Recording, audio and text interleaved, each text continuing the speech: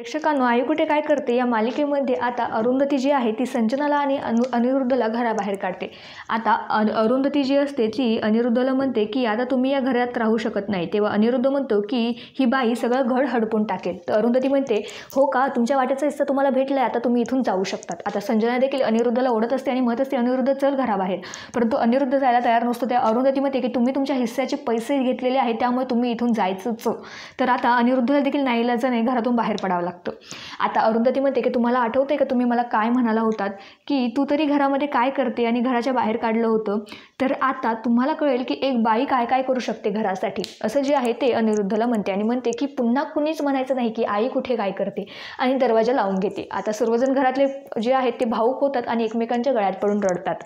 आता मालिकेचं इथेच आपल्याला गोड शेवट पाहायला मिळालेला आहे, त्यामुळे ही मालिका तुम्ही मिस कराल का या मालिकेला ते कमेंटमध्ये कळवायला विसरू नका।